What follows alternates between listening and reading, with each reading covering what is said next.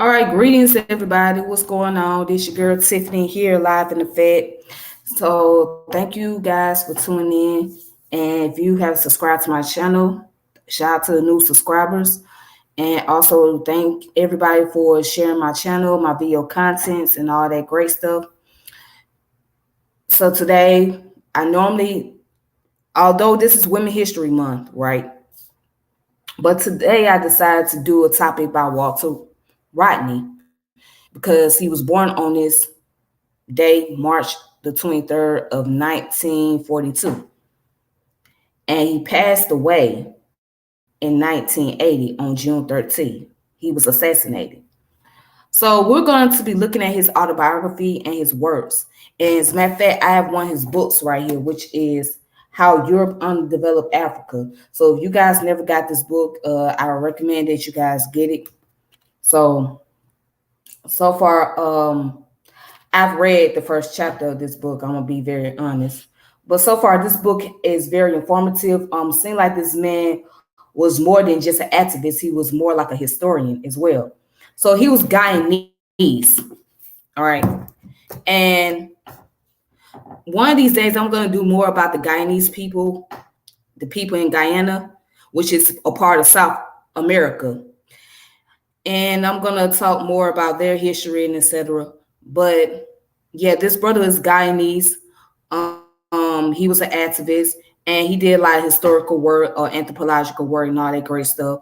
So what I'm gonna do is I'm gonna share his biography. And this is coming from the Walter Rodney Foundation.org. All right, let's go ahead and get started. So right here, it says Walter Rodney and Works. This is the website, the Walter Rodney Foundation. So according to the website, Walter Anthony Rodney was born to Edward and Pauline Rodney in Georgetown, Guyana, and on March the 23rd of 1942. He developed an intellectual and scholar. He developed into an intellectual and scholar and is recognized as one of the Caribbean's most brilliant minds. Now, you may wonder, well, if Guyana is in South America, why do they call themselves Caribbean? Well, because they have a very close tie with the Caribbean people in the islands, especially those in the Barbados. So they see themselves more as Caribbean than South American. Okay, that's just how they see themselves because they have a very close tie with the Caribbeans. That's why.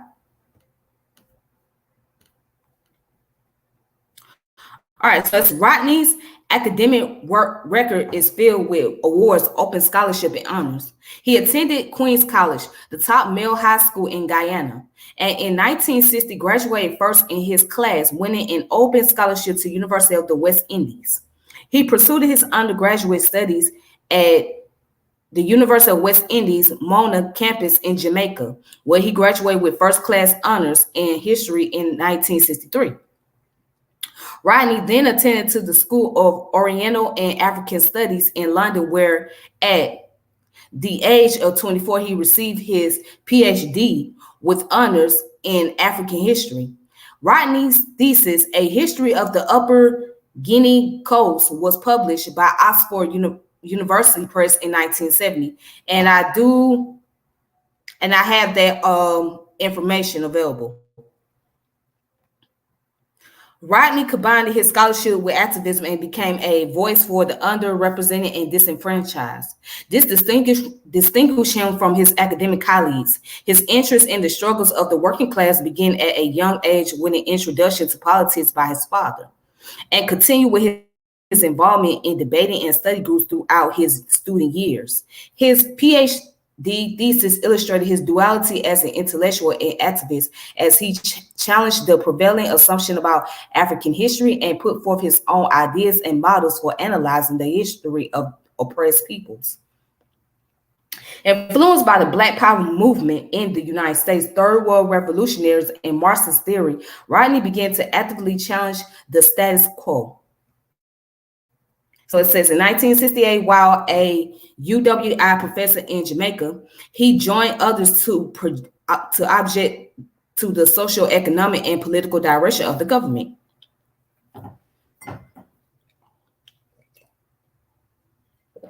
Unlike his counterparts, however, Rodney involved the working class, including the Rastafarians, one of Jamaica's most marginalized groups, in this dialogue. His speeches and lectures to these groups were published as Grounding with My Brothers and became central to the Caribbean Black Power movement. Rodney's activity attracted the Jamaican government's attention, and after attending the 1968 Black Writers Conference in Montreal, Canada, he was banned from re-entering the country. This decision was to have profound repercussions, sparking widespread unrest in Kingston. So go further down. In 1974, Walter returned to Guyana to take up an appointment as professor of history at the University of Guyana, but the government rescinded the appointment. But Rodney remained in Guyana to join the newly formed political group, the Working People's Alliance.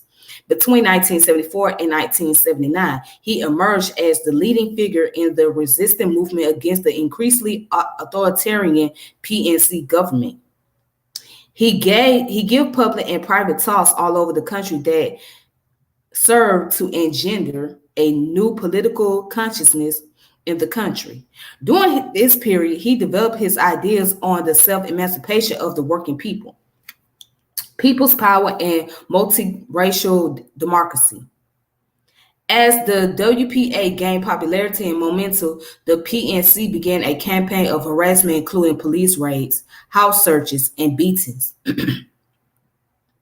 On July 11 of 1979, Walter, together with 7 others, was arrested following the burning down of 2 government offices. Rodney and 4 others, known as the Referendum 5, faced trumped-up charges of arson, but without proof and scrutiny from international supporters.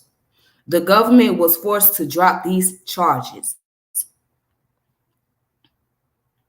Rodney's voice was not confined to Africa and the Caribbean, but was also heard in the U.S. and Europe. In the early mid-1970s, he participated in discussion and lectures with the African Heritage Studies Association at Howard University, the Institute of the Black World in Atlanta, Georgia, the African Studies and Research Center at Cornell University, and the State University of New York at Binghamton, if I'm saying it. I don't know how to say this word, Binghamton. The persecution, however, continued. 2 parties members were killed, and the government denied Rodney and other permission to travel. Despite this, Rodney continued his political work and attended Zimbabwe independence celebration in May of 1980. And on Friday, June 13, 1980, Walter Anthony Rodney was assassinated by a bomb in Georgetown, Guyana. He was 38 years old. Though Rodney lived with constant police harassment and frequent threats against his life, he nonetheless managed to complete 4 books in the last year of his life: an academic work, A History of the Guyanese Working People from 1881 to 1905, A Political Call to Action, People Power, No Dictator, and 2 children's books, Kofi Badu, Out of Africa, and Lashmi, Out of India. Walter Rodney was married to Patricia Rodney, and they have 3 children, Shaka, Kanini, and Asha. They also have 3 grandchildren, Asia, Kai, and Sky. All right, so again, this is the nonprofit organization, and the headquarters in Atlanta, Georgia, and it was formed by the Rodney family in 2006. So the family and the foundation are committed to sharing the life and works of Rodney with students, scholars, research activists, and community worldwide. All right, so here's the information at the bottom, and this is the website, so you'll find out more. Now, normally they have a Zapolium every year around his time, around his birthday time, to commemorate his work and look back at his legacy and all that he has contributed to activism. So normally they usually have around this time at the Atlanta University Center, right? So yeah, they do it every year around his birthday time. Normally it lasts about 3 or 4 days. But for this year, because of the pandemic, I don't think they're gonna do it. So, anyways, that's his biography. Now let's look at some of the works that he has done. As a matter of fact, let me read something out of the book that I have. I had highlighted some things in this book. So this one is called How Europe Undeveloped Africa. So the first thing he starts with is chapter 1. And chapter 1 goes into what is development and what is underdevelopment. Again, this is his book. All right, so there's a quote from Che Guevara. In contrast with the surging growth of the countries in the socialist camp and development take place, about much more slowly in the majority of the capitalist countries, it is the unquestionable fact that a large portion of the so-called underdeveloped countries are in total stagnation, and that in some of them the rate of economic growth is lower than that of population increase. These characteristics are not fortuitous. They correspond strictly to the nature of the capitalist system in full expansion, which transfer to the dependent countries the most abusive and barefaced forms of exploitation. It must be clearly understood that the only way to solve the questions now besettling mankind is to eliminate completely the exploitation of dependent countries by developed capitalist countries, with all the consequences that this implies. Now, this came from Che Guevara in 1964, and Che Guevara was he was a revolutionary that came up out of South America. So I think he was Colombian, if I'm not mistaken. But yeah, he was a revolutionary at that time, and he too was assassinated. All right, so from this book, see, what is development? Development in human society is many-sided process. At the level of the individual, it implies increased skills and capacity, greater freedom, creativity, self-discipline, responsibility, and material well-being. Some of these are virtually moral categories and are difficult to evaluate, depending as they do on the age in which one lives, one's class origins, and one personal code of what is wrong. However, what is indisputable is that the achievement of any of those aspects of personal development is very much tied in with the state of the society as a whole. From earliest times, man found it convenient and necessary to come together in groups to hunt and for the sake of survival.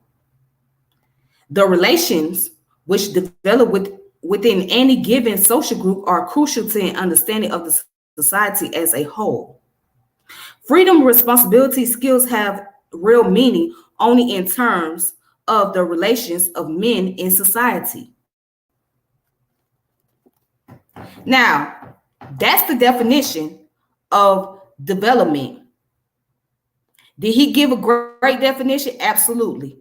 Was he on point? Yes. Especially where he states that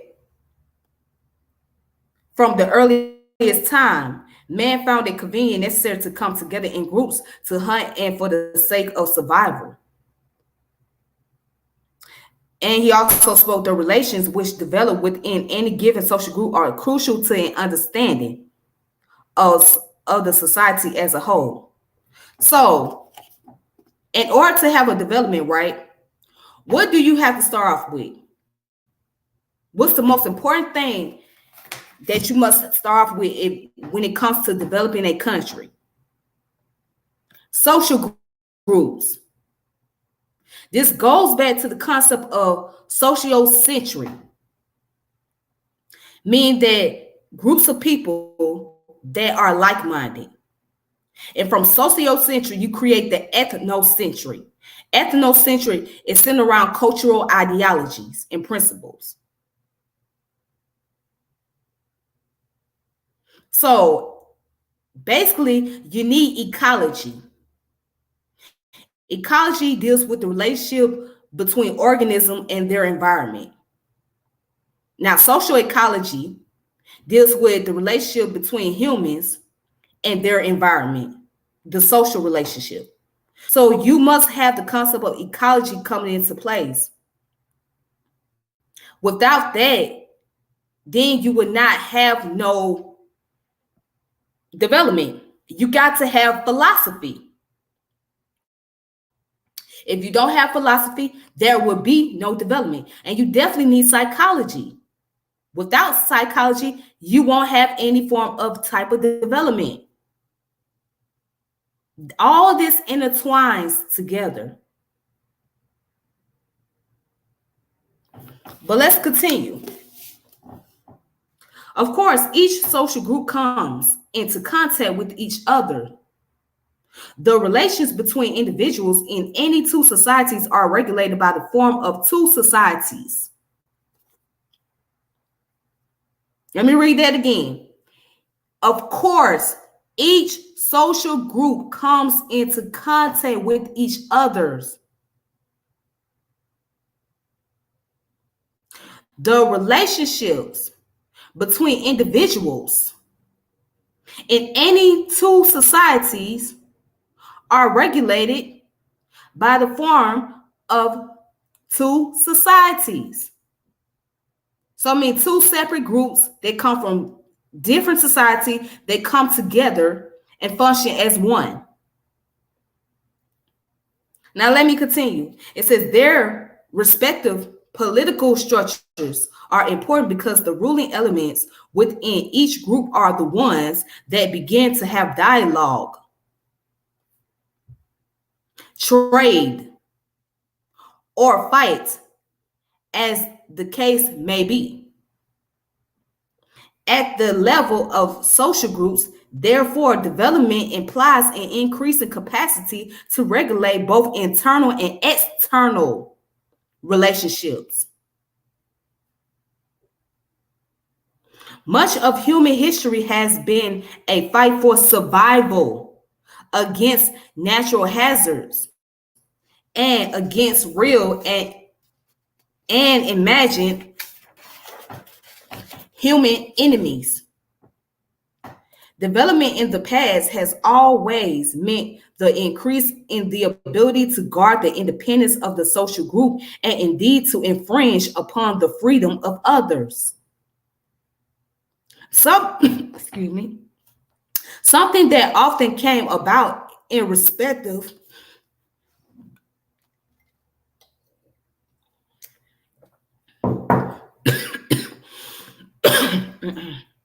irrespective of the will of the persons within the society involved. Men are not the only beings that operate in groups, but the human species embarked upon a unique line of development because man had the capacity to make and use tools. The very act of making tools was a stimulus to increasing rationality rather than the consequence of a fully mature intellect.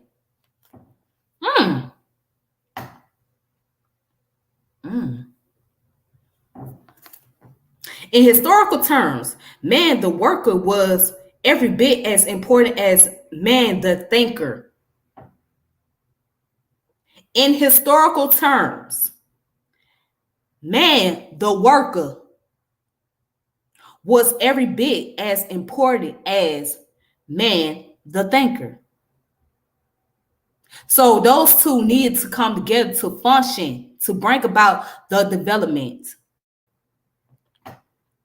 Because the work with tools liberated men from sheer physical necessity, so that he could impose himself upon other more powerful species and upon nature itself. The tools with which men work and the manner in which they organize their labor are both important indices of social development. This right here, this book right here, needs to be in every sociology class. Anybody that's taking sociology and psychology, this book needs to be recommended in every class. Especially if you deal with Africana psychology and Africana philosophy, this book needs to be in your classroom. It needs to be on one of your top lists. So this is a strong recommendation, because what he's talking about is dealing with the anthropological concept and also the sociological concept, and he's dealing with the psychology as well. So this is strongly recommended. If you taking sociology, you need to have Walter Rodney on your list ASAP. All right, so what I'm going to do is I'm going to skip a paragraph. Well, no, I'm not going to skip a paragraph just yet, because I want to read this. It says, more often than not, the term development is used in an exclusive economic sense.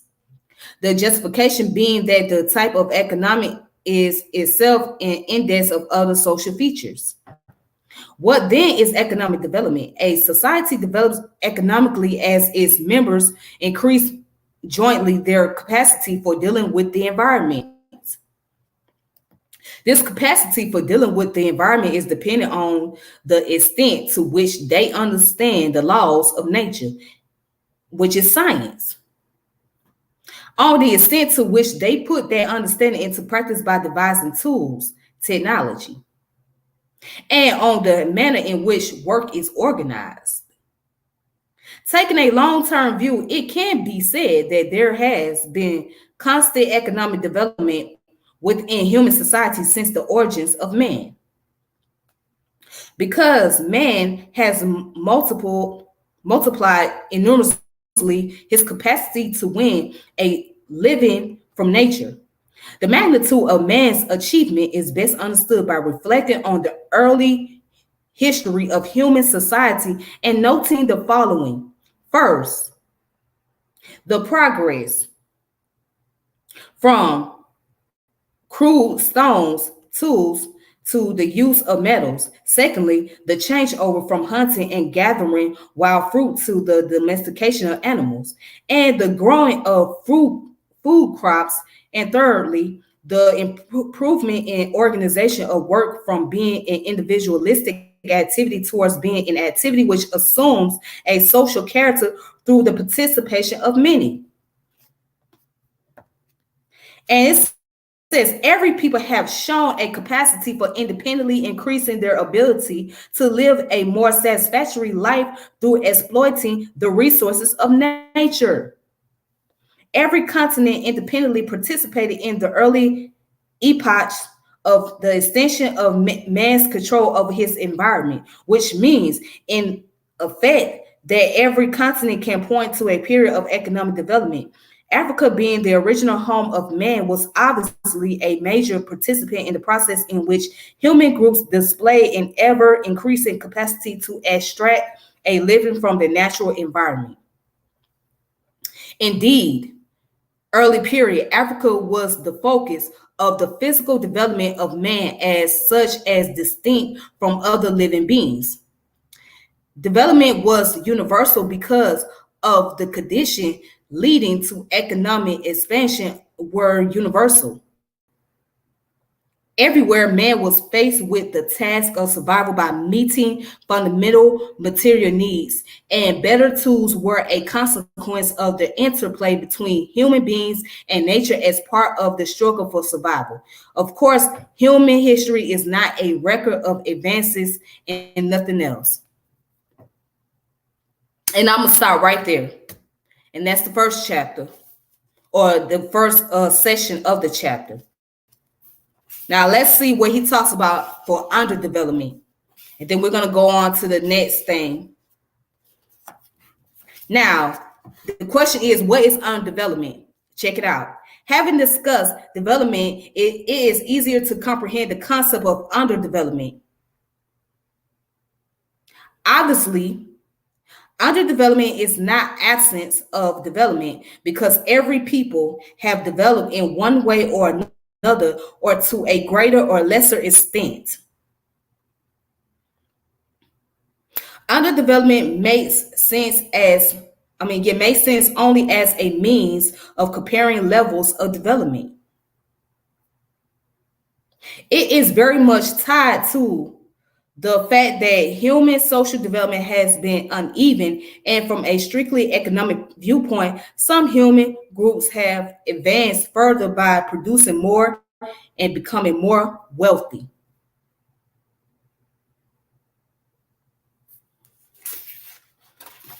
The moment that one group appears to be wealthier than others, some inquiry is bound to take place as to the reason for the difference. After Britain had begun to move ahead of the rest of Europe in the 18th century, the famous British economist Adam Smith felt it necessary to look into the causes behind the wealth of nations. At the same time, many Russians were very concerned about the fact that their country was backward in comparison with England, France, and Germany in the 18th century and subsequently in the 19th century. Today, our main preoccupation is with the differences in wealth between, on the one hand, Europe and North America, and on the other hand, Africa, Asia, and Latin America. In comparison with the first, the second group can be said to be backward or underdeveloped. At all times, therefore, one of the ideas behind underdevelopment is a comparative one. It is possible to compare the economic conditions at two different periods for the same country and determine whether or not it had developed. And more importantly, it is possible to compare the economics of any two countries at any given period in time. All right, and then I'm going to read the last two paragraphs, and then I'm going to continue on. A second, even more indispensable component of modern underdevelopment is that it expresses a particular relationship of exploitation, namely the exploitation of one country by another. All of the countries named as underdeveloped in the world are exploited by others.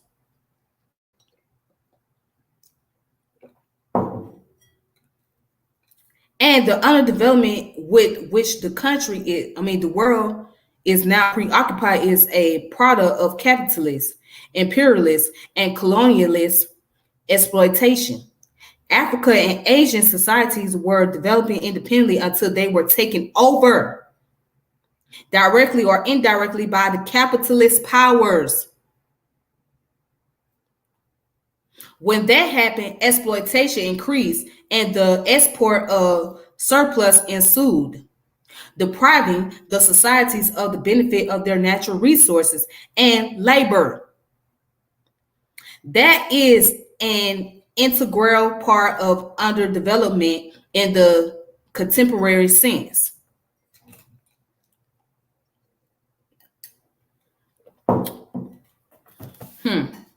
In some quarters, it has often been thought wise to substitute the term developing for underdeveloped. One of the reasons for doing so for so doing is to avoid any unpleasantness which may be attached to the second term, which might be interpreted as meaning underdeveloped mentally, physically, morally, or in any other respect. Actually, if underdevelopment were related to anything other than comparing economics, then the most underdeveloped country in the world would be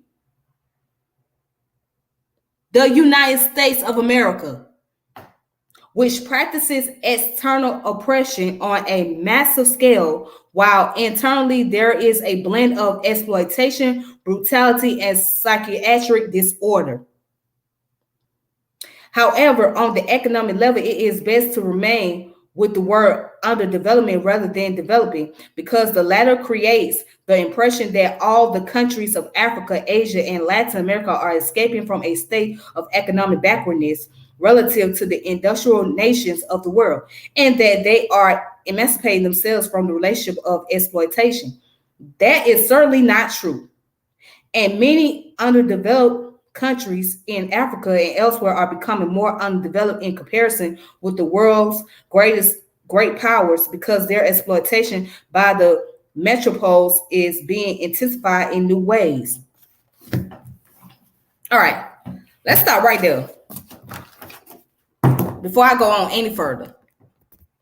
What he's saying is the countries that were currently in the process of going through development has been seized by others, has been taken over. Why? Because these other countries or outsiders coming in to invade and taking over the natural resources, controlling the economics, bringing colonialism. Hence, if you notice, let's take Africa. Since the topic is about Africa, a vast majority of Africa has been colonized. Most of them had French, the Belgian people, the British, the Italian, the Spanish. They have taken over. I mean, not the Spanish, the Portuguese. They have taken over the continent. And although these countries in this continent has gained their independence, guess what? The capitalists, they're still feeding off of it. They're just not physically there to control the resources, but they still feeding off of it because these people are paying those countries their money. Because now, because see, here's the thing, when you fight for independence, you're not just going to fight for independence, right? And just go back to normal. No, there's a price that you got to pay. So if you fight your independence against another country, you still got to pay that country. You still owe money. And how do they get you? They get you through taxes. They get you through taxes. That's how they're going to get you. I.e., Haiti. Although Haiti is a very independent country, guess what? They are struggling economically. Why? Because they owe money to the French. After they done won their independence, after they done went through their revolutionary, they still owe money to the French. The French is going to get their money. So what I'm saying is the European, they going to get their money. And now what makes matter even worse is the Asians, the Chinese particularly. They're coming over and getting a piece of those resources, especially within the West African countries. But here's the topic about the African people and Asian people, and bringing some form of relationship with them, right?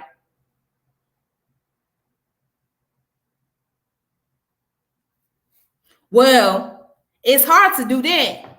How can't you bring relationship to people that done invaded your country, that's taking over your resources? How? That's pretty hard.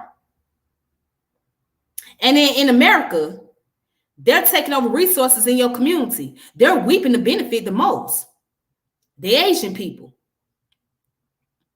and you're not benefiting as much as a African American person. So how do you bring some form of solidarity with that?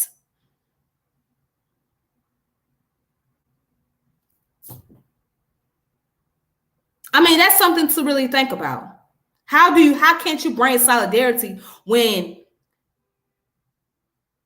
there's somebody that's taking over your resources, that's controlling your economics in your country? Then you got others that's taking over resources and controlling the economics within your community and benefiting, reaping the benefits off the things that was supposed to be for you and for your community, but they're reaping the benefit the most. You're not going to see a lot of solidarity behind that. I'm just being honest. But now let's get to the other articles. All right. Let me go ahead and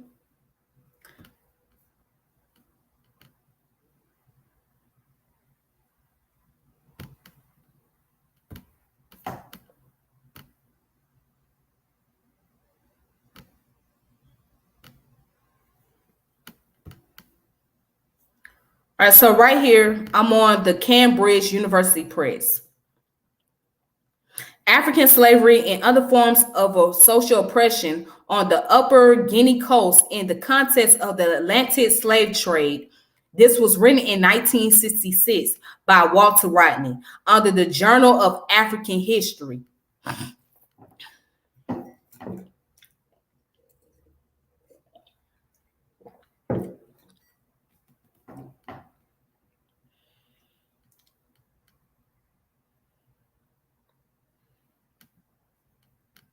All right, so let's look at this. It says African slavery and other forms of social oppression on the Upper Guinea coast in the context of the Atlantic slave trade. It has come to be widely accepted that slavery prevailed on the African continent before the arrival of the Europeans, and this indigenous slavery is said to have facilitated the rise and progress of the Atlantic slave trade. According to P.D.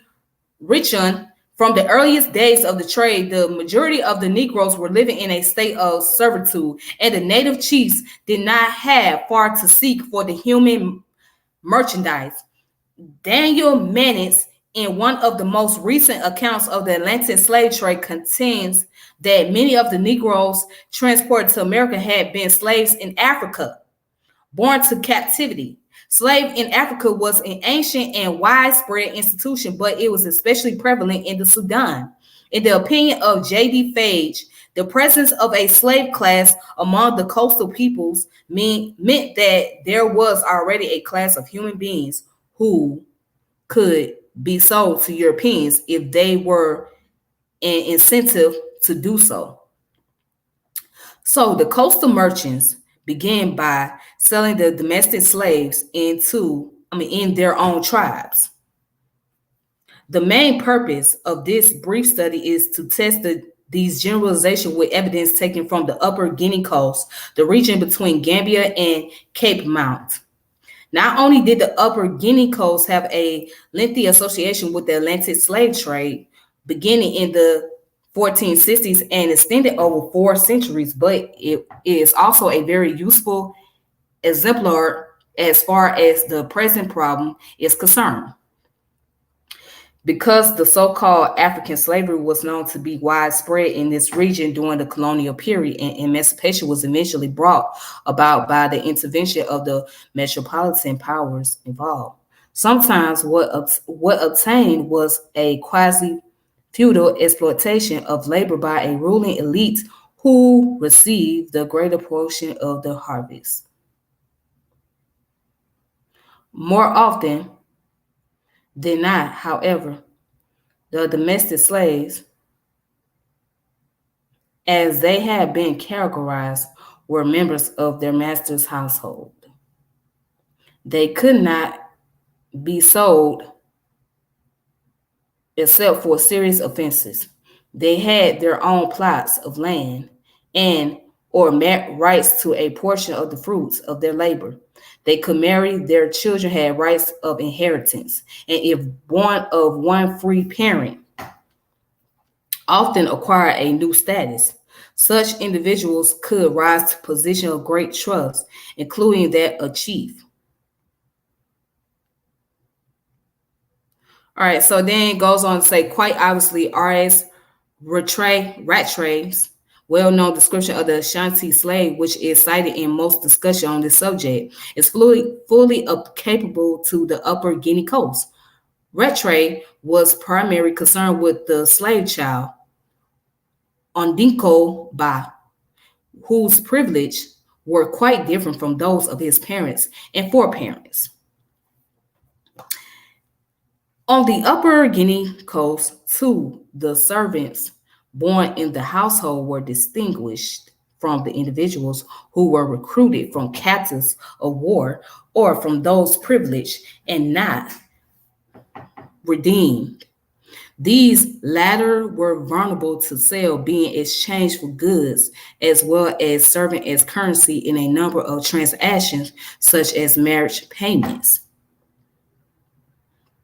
During the latter part of the 19th century, after the Atlantic slave trade had ceased to be conducted from the Upper Guinea coast, one of the major problems facing the administration of the colony of Sierra Leone was the persistence of the internal slave trades, many supplying victims to be the Mende and the Fulas.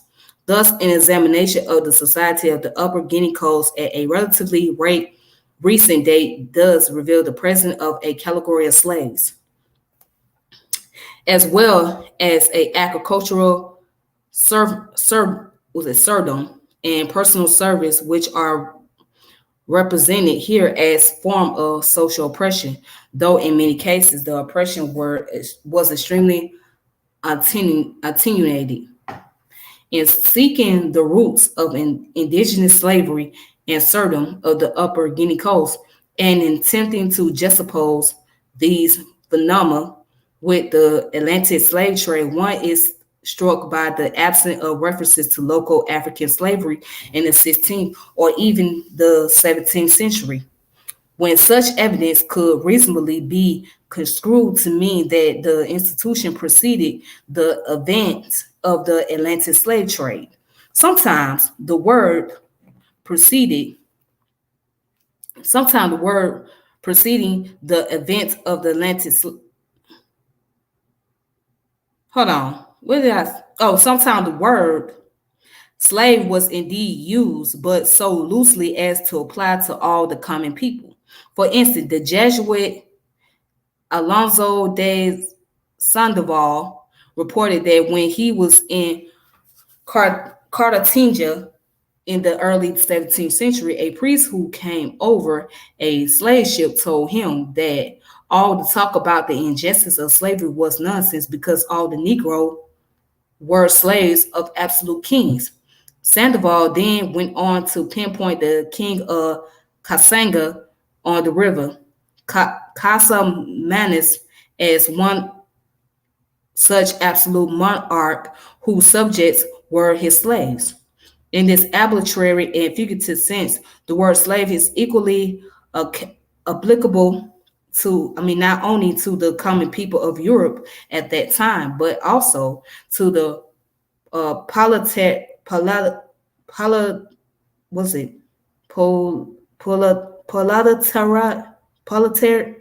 whatever that word is, of the capitalist world. There is only one clear instance where labor services on the Upper Guinea coast were associated with the limitation of the privilege of free men.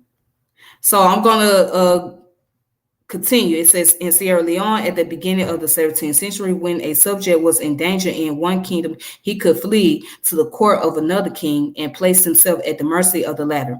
He became the slave of that king, either remaining in his service or liable for sale to the Europeans. At that time, local customs were already influenced by the presence of slave-buying Europeans. as well as by arrival of an alien mandate ruling element some decades previously, but the essential of the practice almost certainly preceded these two external factors. In 1507, the Portuguese chronicler Valentim Fernandez made a statement which could refer to nothing else. The king has no servants other than his slaves. Sometime a younger stranger arrives and seeks the protection of the king, who looks upon the young man as his own. All right. So just giving an outline of what this article about. So what he's getting into is talking about the difference between African slavery and the slavery we know here in America, and also the Atlantic slave trade. So to answer many people's question, did many of our ancestors play their part into selling slaves to the European? Yes. That's why it's called Atlantic slave trade, because it was a trade.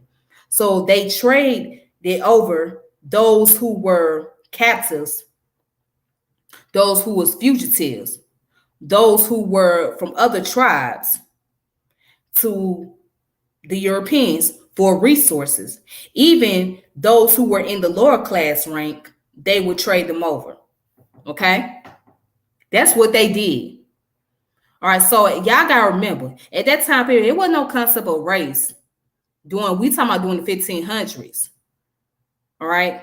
It wasn't no concept of race. The African people didn't use the term African as we know of today.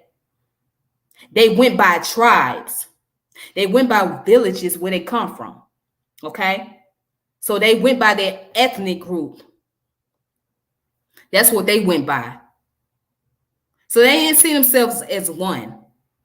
They didn't see themselves as being all the same.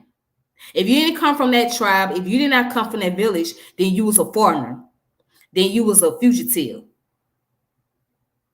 You was an outsider. That's how they saw you. Even with certain class, if you was not from the upper class and you from the lower class, they saw you differently. That's how it was. Okay? And that's how it still is. You always had that with humanity. You always had people who came from an upper class environment looking down on those in the lower class. The only thing they saw beneficial about those in the lower class was the ability to work. They didn't see the intellectual part of them. Okay? You're going to know that throughout humanity, that's how it was. All right? Is there tribalism to this day in Africa? Yes, in certain parts, but there are those who are willing to put aside their differences and focus on the common cause. You got those who are proud of their tribe, but also they are very connected with other people from other countries in Africa, and they are willing to work together as one, because they understand that we all come from the same continent. We all come from this big old landmass. We all dealing with the same people, and we dealing with the same problem.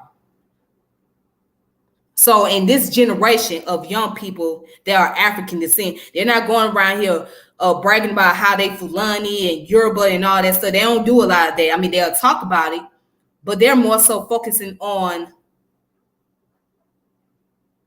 other things besides the tribalism, because they got other issues they dealing with. They're dealing with the concept about religion. You got a conflict between Islam and Christianity. Yet you got one part of this country that practice Christianity and the other part that practice Islam. And they clashing with each other. So it's multiple things that's going on besides tribalism. All right. So with that being said, you guys can check out this article if you want to. So let's go on to the next one.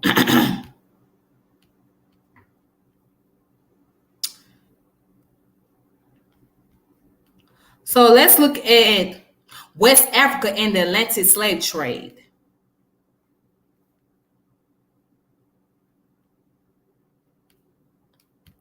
So it's very interesting he wrote this. I want to read this one real quick.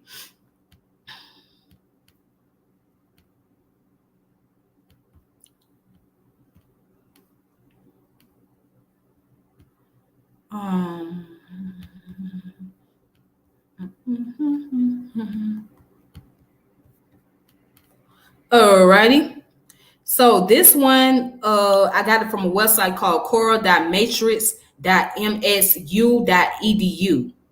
Cora, Kora .matrix.msu.edu. You can go on the jaster.org website and just type in West Africa and the Atlantic Slave Trade by Walter Rodney.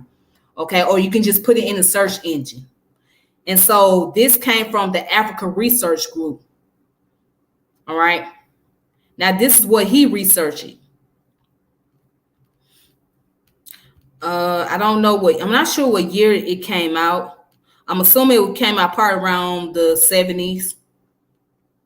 It doesn't say, but the title is West Africa and Atlantic Slave Trade. Now let's see what he has to say.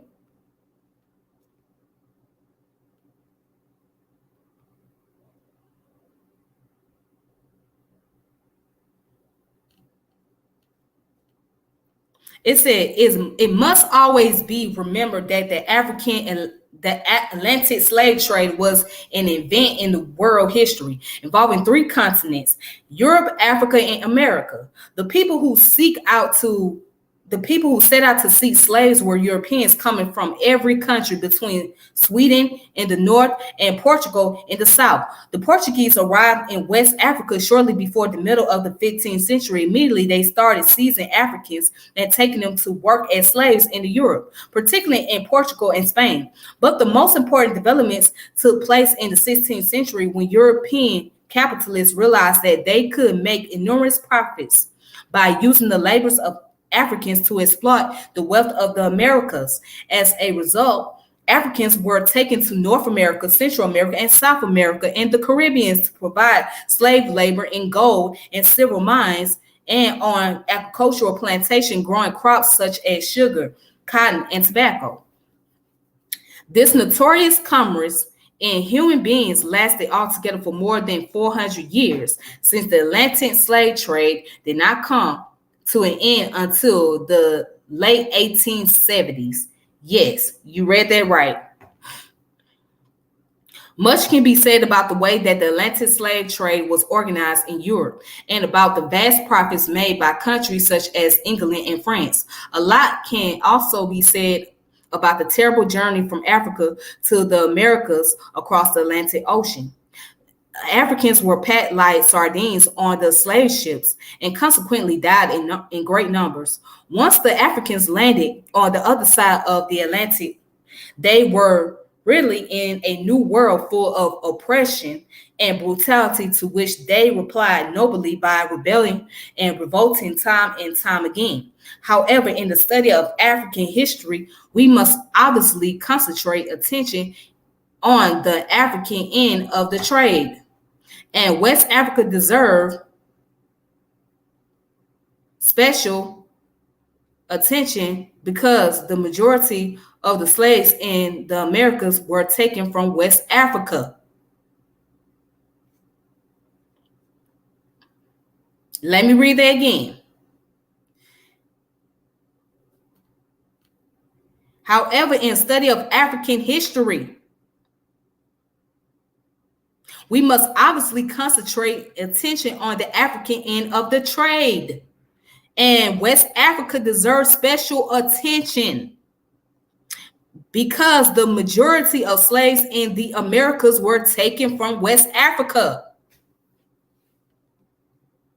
Europeans who made the voyage to West Africa in search of slaves visit some particular district on the coast between Senegal and southern Angola.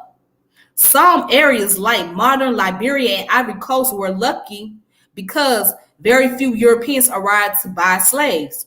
Well, Liberia was in the formation but it was created by the Americans. So that way that Africans who were free here in America were able to go to Liberia.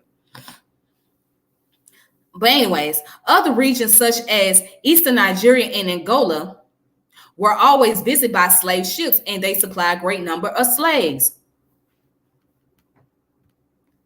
And it's funny that he mentioned those in Nigeria, because if you do your ancestry, right, and if you look at your DNA, whether you took Ancestry or 23andMe or whatever, you will notice that most of your genetic components, right, when it comes to the West African, come from those in Nigeria. Why?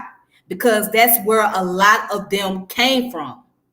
I mean, they came from other places, but majority of them came up out of Nigeria area and was brought here to this country. So don't be surprised if you got Igbo and Yoruba descent in you. You know what I'm saying? Because of your ancestry. So it's very common. It was very common at the time that the slave ships was going to mostly places like Nigeria and what we know today is Ghana. All right. I just wanted to point that out. But let's continue.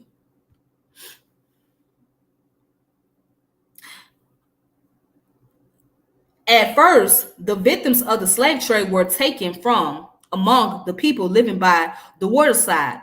But as the years went by, it was found necessary to travel further and further inland to obtain the number of slaves required by the Europeans. By the end of the 18th century, many of the Africans who were brought to the coast to be sold as slaves arrived in a weak and exhausted condition, for they had been forced to march from hundreds of miles inland. By that time, there was scarcely any stretch along the great Niger River from which people were now rounded up to be taken and sold to the Europeans on the West African coast. In Central Africa, the slave traders had penetrated so far inland from the Angolan coast that they were making contact with traders from East African coast. This was the manner in which the slave trade are into the heart of Africa.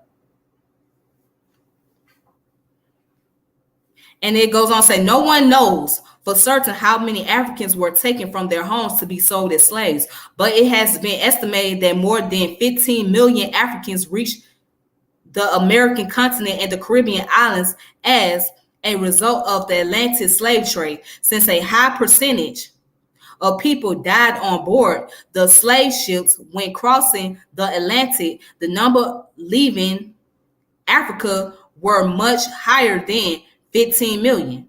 Furthermore, many Africans were killed on African soil during the brutal process of obtaining slaves. It is not surprising, therefore, to find that many historians suggest that altogether West Africa lost 40 to 50 million of its population because of the Atlantic slave trade.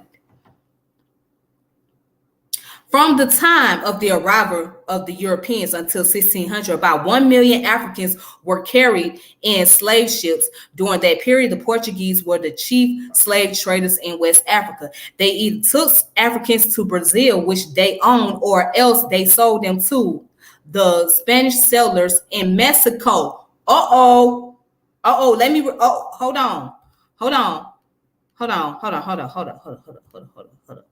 on. What? How much time do I have left? Hold up. Let me read that again. Let's read that again. It says, from the time of the arrival of the Europeans until 1600, about 1 million Africans were carried away in slave ships. During that period, the Portuguese were the chief slave traders in West Africa. They either took Africans to Brazil, which they owned, or else they sold them to the Spanish settlers in Mexico. You heard that right. They sold them to Spanish settlers in Mexico, Central America, and South America, and the Caribbean islands. In the 17th century, the numbers of Africans went up at least 3 times, while in the 18th century, even some of the even some 7 to 8 million West Africans found their way across the Atlantic. The Dutch joined the Portuguese as the leading slave traders in the 17th century. And in the following century, the British were the biggest slave traders.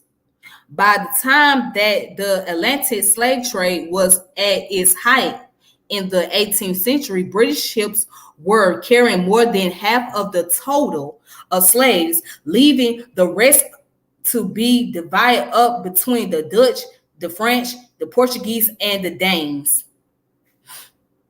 Well, I think the Danes are the Danish people.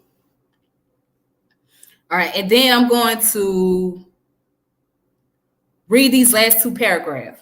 By the 19th century, there was another change of the people who took the leading role in exploiting Africa. The European countries themselves were not as active in the slave trade, but instead Europeans had settled in Brazil, Cuba, and North America were the ones who organized a large part of the trade. The Americans had recently gained their independence from Britain, and it was the new nation of the United States of America, which played the biggest part in the last 50 years of the Atlantic slave trade, taking away slaves at a greater rate than ever before.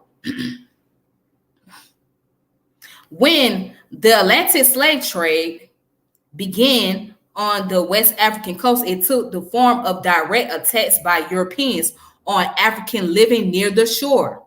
When the first Portuguese settlers reached the coast of what is now Mauritania, they left their ships and hunted the Moors who lived in that region. In reality, this was not trade at all. It was violent aggression. However, after being surprised on a few occasions, the Africans on the coast naturally kept watch for their European attackers and defended themselves vigorously. Within a very short while, the Portuguese came to realize that raiding was a very unsafe manner of trying to obtain slaves. Besides, they also wanted gold and other African commodities, which they could acquire only by trading peacefully.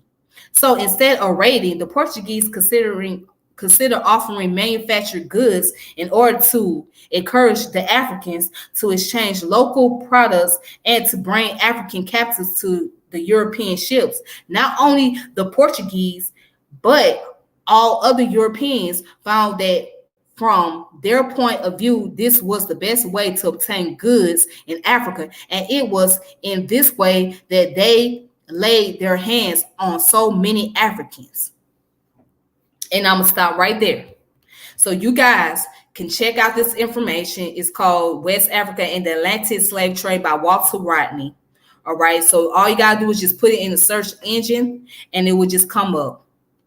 Okay. And this came from the Africa Research Group. All right. So please make sure you guys check it out if you get a chance.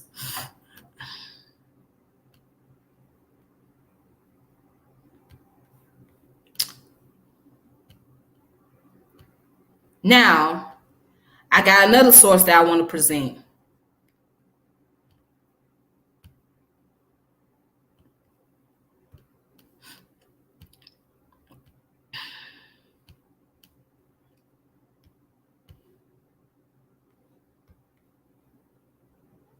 All right, give me a moment.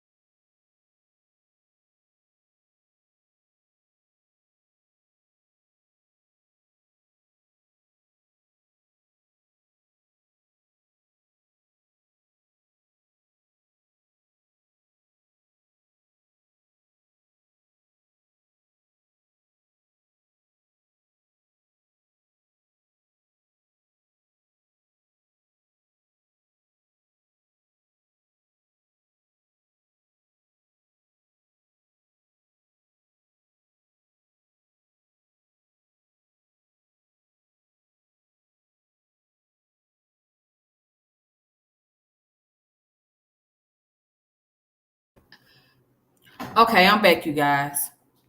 All right, so here's another source by Walter Rodney, which is called Gold and Slaves on the Gold Coast. All right. So this was written in 1969. So if you guys don't know what the Gold Coast is, at that time it used to be Ghana. Ghana was called the Gold Coast before it got its name. The name was changed when Kwame Nkrumah became the government official in Ghana. So once he got into the position of power, that's when the name was changed to Ghana. Yeah, but it was called the Gold Coast because that's where they had a lot of gold right there in that country.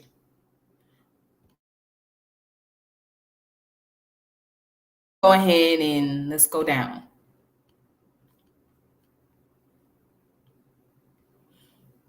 All right. So right here it's called Gold and Slaves on the Gold Coast by Walter Rodney. It was written in 1969. All right.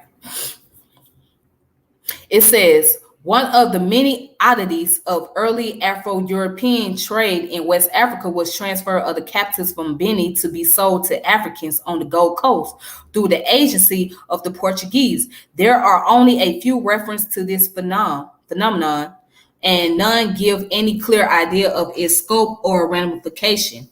It has been suggested that it was primarily in quest of slaves to meet the demands of the barter trade on the Gold Coast that the Portuguese in 1485 first penetrated the coastal swamp belt and made contact with the kingdom of Benin.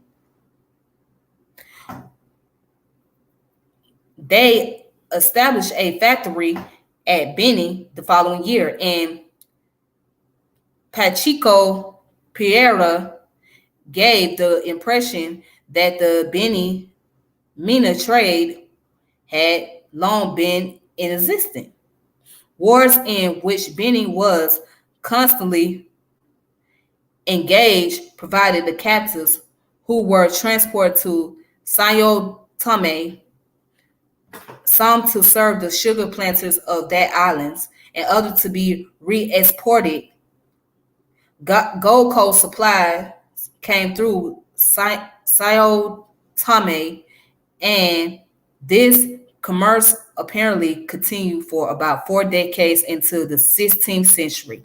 A figure of 2060 was quoted in April 1529, while in August 1535, a vessel sailing from Sayano Tame to Elmina took 80 slaves. These two isolated figures provided no basis for a quantitative assessment, but the Beni slash Elmina run represented a short, vital sector of the international commercial network of which Africa became a part after the overseas expansion of Europe. Due to its own inadequacy with regard to sellable goods, Portugal was forced to obtain commodities from other parts of Africa to purchase gold on the Gold Coast.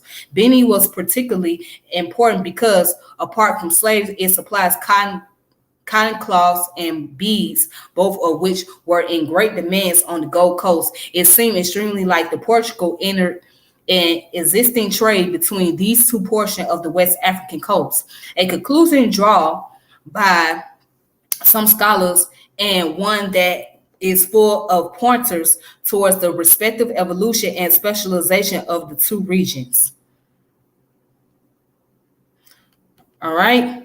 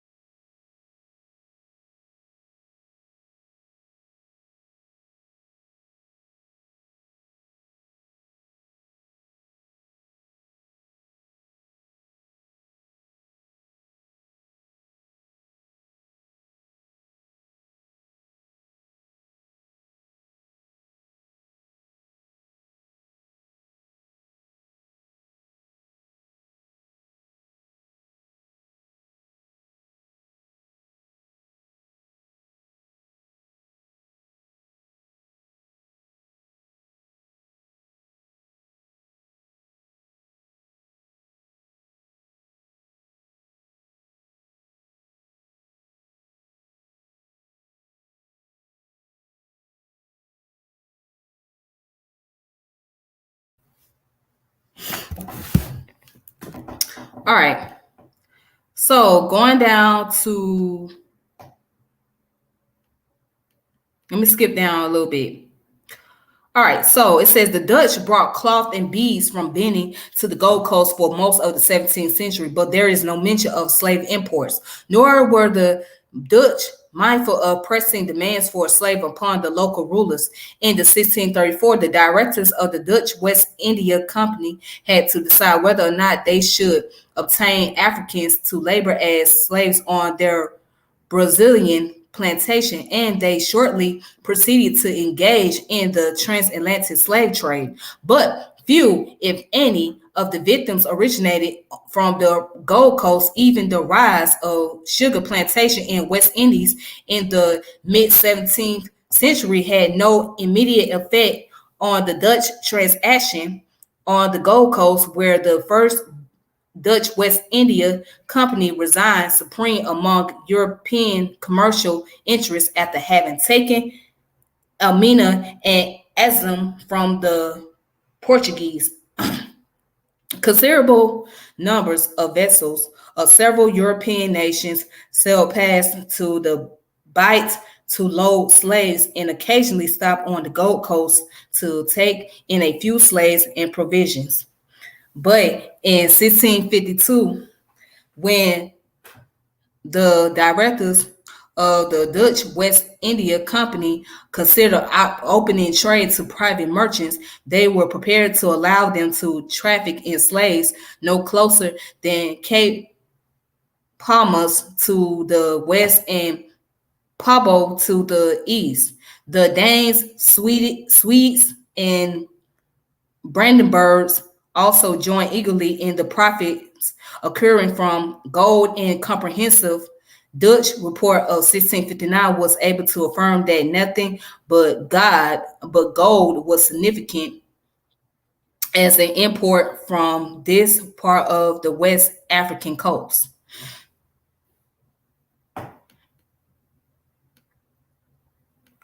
All right, so, and it says over the last 4 decades of the 17th century, European demand for an African supply of human beings gradually became a prominent figure of life on the Gold Coast. English traders led the move in this direction, acquiring victims from several spots, such as Sankondi, Shama, directing acquiring victims. Wait a minute. Yes, Sankondi, Shama, and Kaminda, and above all, Accra and the region of the East. Places such as Lee, Lampi, and Nego became known as small but regular suppliers of slaves. This was no accident, for the area east of Accra had no gold deposit. All right, and was only indirectly involved in the wealth created by the gold trade. The state of Accra had done extremely well as an entrepot for the gold trade, and in its heyday was responsible for 1/3 of the gold exploited from the coast, even though none of it was mined with the small territory under the jurisdiction of the king of Accra.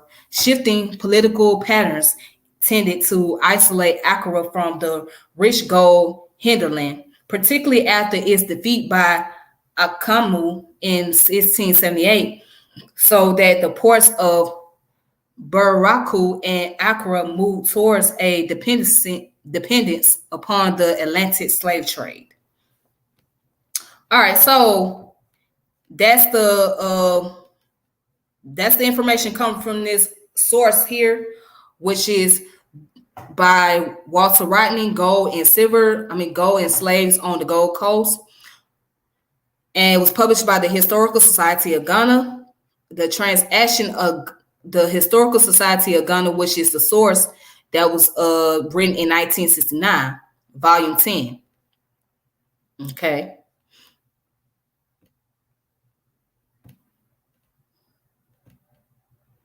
So I got one last piece. Now, so far, this is the reason why I say this should be in everybody's book collection. Because this man was a historian of his time. Now, he wrote all this stuff in the 60s and 70s, okay, the late 60s and the 70s. This man wrote all this information, and he gave a great outline of the history about West Africa and the Atlantic slave trade. This should be at the top of the line. This should be this should be part of people's discussion, especially if we're gonna talk about West Africa and the underdevelopment and the slave trade. This should be on top of the discussion. Walter Rodney should be in the conversation. He should be in the conversation, period. You know what I'm saying? So, yes, it was a lot of information I had to read on, but it just goes to show you a lot of work that he has contributed, what he has put together, while he was here on this earth before his assassination took place. So, what he did was anthropological work, and he also did historian work, and, of course, intertwined that with his political activism. But what you got was anthropology and history, African history. And as he mentioned, it is very important when it comes to African history to give special attention to West Africa. Why? Because that's where our lineage, us African Americans, or ADOS or FBA, whatever you identify yourself, that's where our lineage come from, the West African Central Africa region. And without those people, there wouldn't be any Pan-African FBAs and ADOS movement.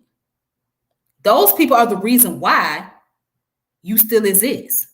You exist because you are the descendant. You are the bloodline. They live through you.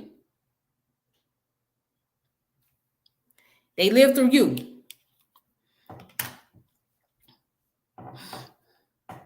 So I find it very disrespectful and disgusting when I hear people criticizing and talking down upon those from the continent, the Caribbean, and even the Americas, as if we don't share any form of lineage with each other. Yes, we may have a difference in culture, and because the region that we live in, if you live in America, in the United States, is different from how things are done in South America or in the Caribbean or Latin America. If you live in Britain, yes, what you do in Britain is different from how you do it in America. Okay, that's the cultural difference. But even in America, there is a subculture. If you live in the South do things different from how the people in the North do things. And the people in the North or what they call the East Coast do things different from those in the Midwest. And the people from the Midwest do things different from those in the West Coast. And even in the South, there's difference of subculture. The things are different from Georgia, how it is from Louisiana, and from Texas, and Mississippi, and Alabama, and Tennessee, and Florida, and Virginia. It's difference. There's a difference taking place in New York and New Jersey and Pennsylvania and Massachusetts and all these other places. There's cultural differences in Ohio and Minnesota, Indiana, Michigan, and Illinois, Indiana. There's differences. Okay? So there's going to always be a culture within a culture, or a developing culture within a culture. Let's put it like that.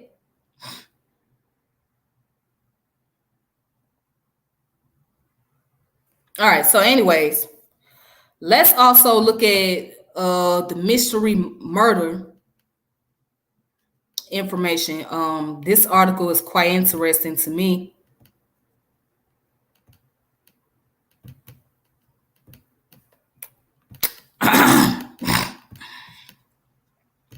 All right, so it says the National Security Archive.gw.edu.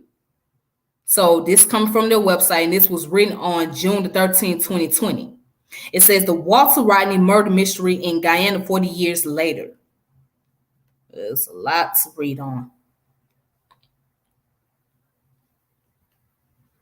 All right, so it says Washington, D.C., June 13, 2020, the U.S. Embassy in Guyana in 1980 had a strong evidence to believe that the death of internationally known historian and activist Walter Rodney in the capital of Georgetown was a political assassination. According to the classified documents obtained and posted today for the first time by the National Security Archive at the George Washington University.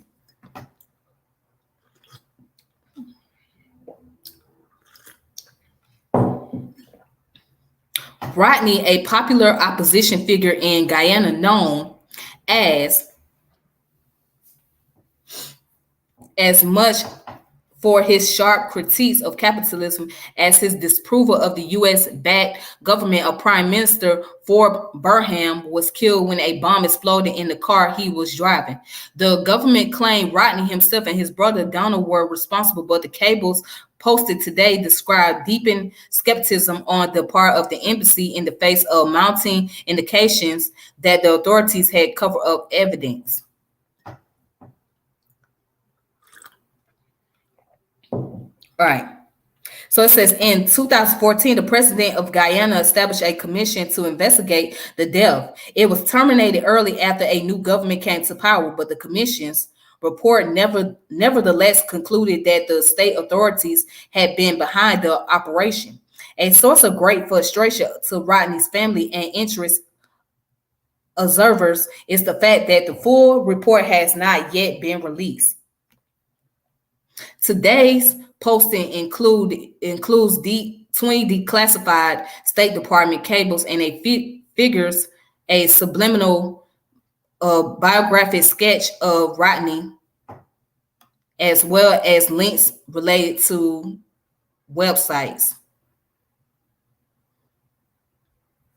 All right, so it says the life and death of Dr. Rodney, a brief account.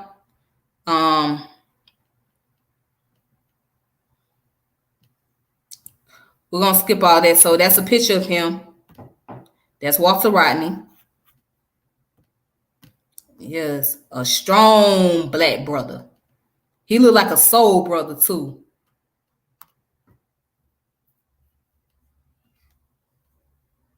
All right, so here's the documents that you can read at the bottom. Okay, there's a lot of documents on here, but let's see what they're talking about down at the very end. Now it says the 20 records reproduced in this posting describe the attempts of U.S. Ambassador George Roberts and member of his staff to follow new information as it emerges about Rodney's death. The American diplomat seemed genuinely interested in finding out what happened, but troubled at growing evidence that the U.S.-backed regime was covering up the existence and then whereabouts of an active duty sergeant who allegedly gave the booby-trapped walkie-talkie to Rodney.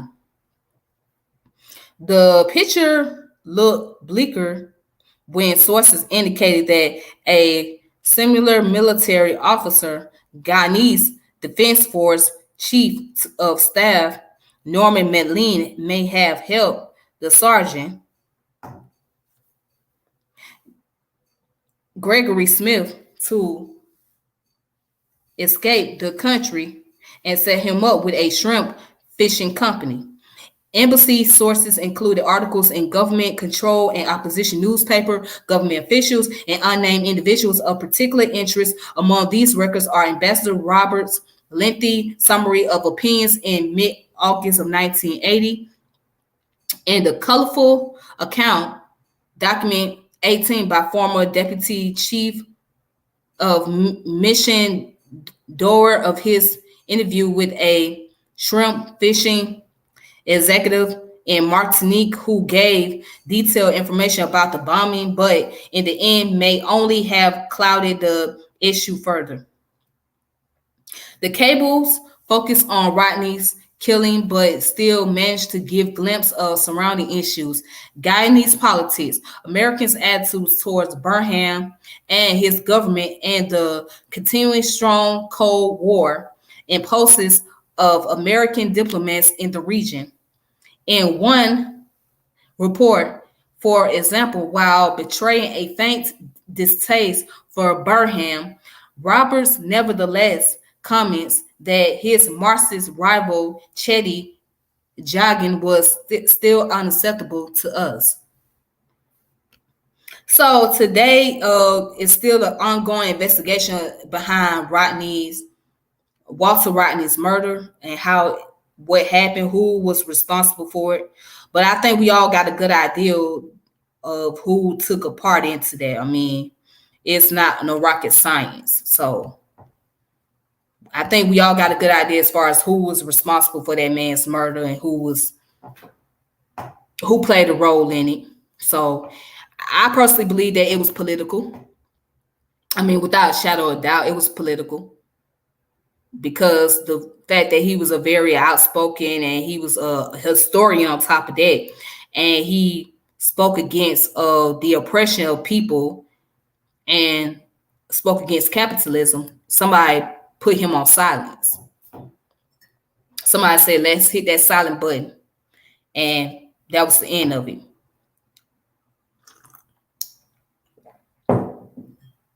So yes, and in that time period, if you was a very vocal and outspoken activist, your life was at risk.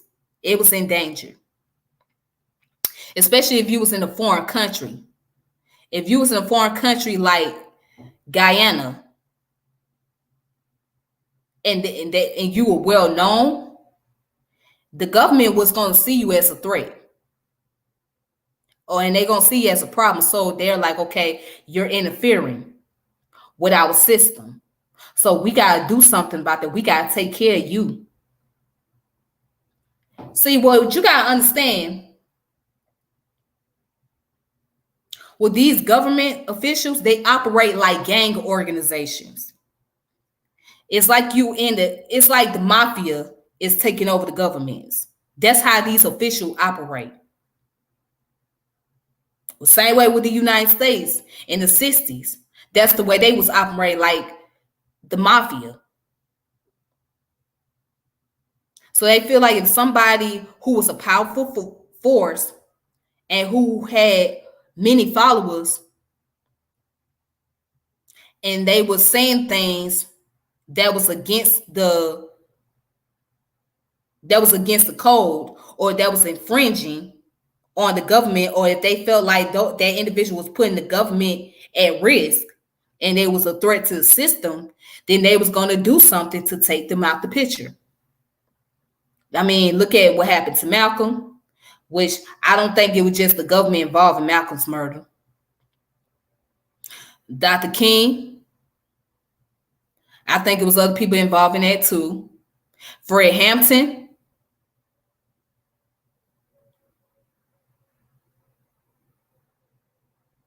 And the list goes on.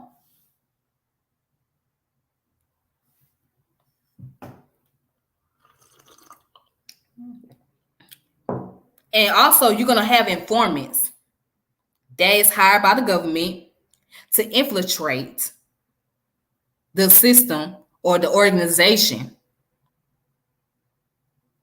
And that's what they do. If they want to find out what the hell you're doing and what type of codes you have, they're going to hire somebody. And most of the time, they're going to hire somebody that looks like you and that has as much charisma as you to find out what's going on. That's what they're going to do. That's how the system operates.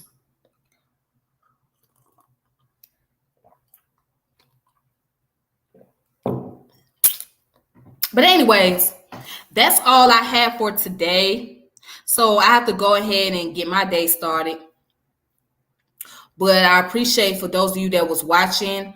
If you guys want to share this channel, you're more than welcome to do so. If you want to share the video, you're more than welcome to do so. Make sure you subscribe and hit the notification bell. And With that being said, you guys have a wonderful day. Please be safe during this pandemic. Even if you got your vaccine, you still need to be safe. All right. So until next time, peace, power, and elevation. Let me show y'all the little logo. As you can see, you see that logo? Peace, power, and elevation. Y'all have a good one. All right.